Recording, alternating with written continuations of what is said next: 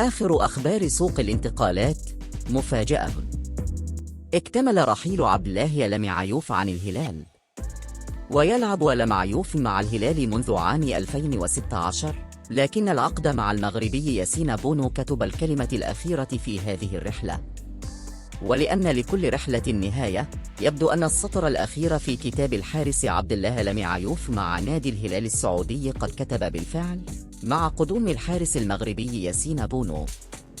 ووقع الزعيم للميركاتو الصيفي الحالي مع حارس المرمى المغربي ليحجز سريعا مكانه الأساسي في التشكيل، ويجلس لمعيوف على مقاعد البدلاء مع مواطنه محمد العويس.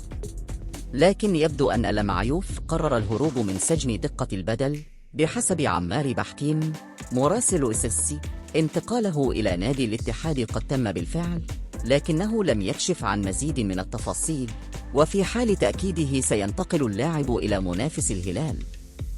وما رأيك في هذا الإخراج؟ إذا كان الأمر كذلك، فهل قام باختيار جيد؟ اترك رأيك في التعليقات، فهو مهم جدا لمجتمعنا، ولا تنس الإعجاب بهذا الفيديو. هذه هي أخبار اللحظة. اشترك في قناتنا وفعل جرس الإشعارات. نبقى حازمين وأقوياء في البحث عن أخبار نادينا الأزرق الحبيب الهلال. أفنتي بلو سيليستي.